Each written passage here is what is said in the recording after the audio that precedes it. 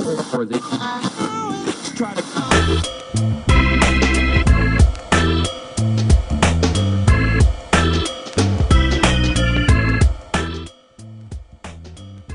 Welcome to the Pittsburgh Business Virgin, where we interview successful business owners to educate the virgin segment of the population who are thinking about starting their own businesses. I'm your host, Brad Hilbert, president of Three Rivers Wealth Management Group. And we're here today with Ron Burke, who is co-owner with his father, Mickey, of Burke Stables. And to quote a Racing Edge article in December 2009, the most powerful harness racing stable in the world, which I thought was pretty considerable quote in a wonderfully written article.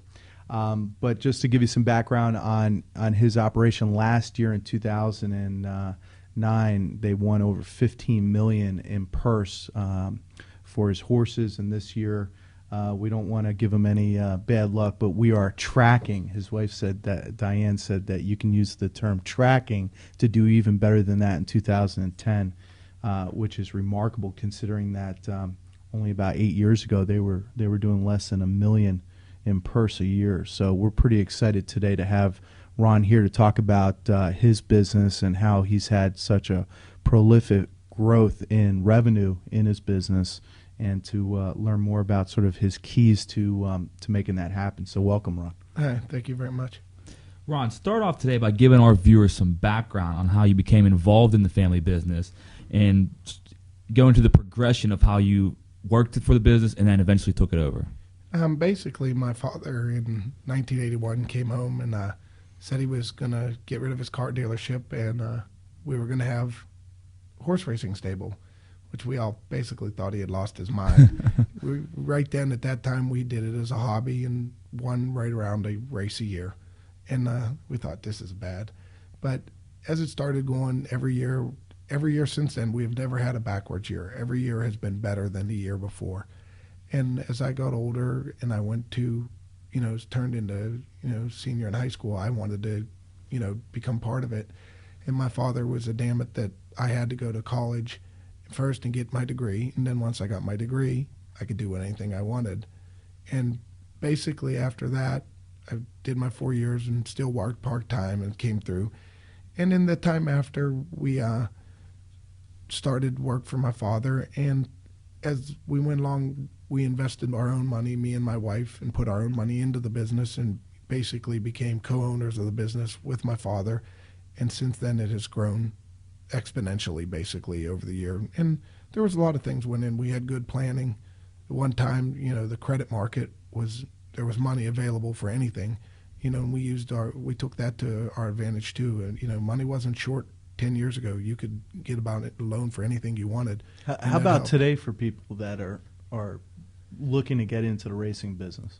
Right now, it's a great investment because due to the slots, our purses are enriched by slots that have made it was basically going to bed one night and waking up and giving yourself a 300% raise the next night. So, that was very good. But people have taken advantage of it. I have a partner that basically does nothing but own racehorses, and, he lives very well off what his horses make. Yeah, absolutely. Did you always know you wanted to get into the horse business?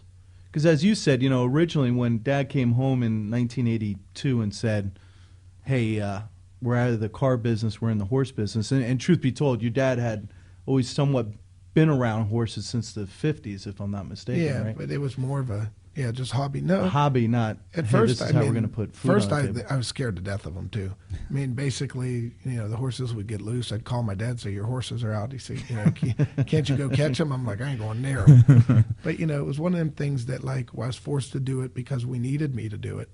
And as I went, I noticed, I'm pretty good at this. I have a knack for this, and I enjoy it. And so, it was in my mind that I would try it. And pretty much I always say, too, I'm afraid I might have done whatever my dad did.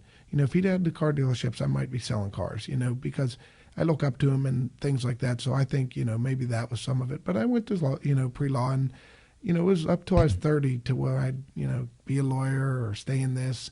And the business kind of started to take off, and then I realized, I'd have to take a pay cut, and I was like, To become a lawyer, yeah. Yeah, I'll kind of just stick with this. Yeah, not a bad gig.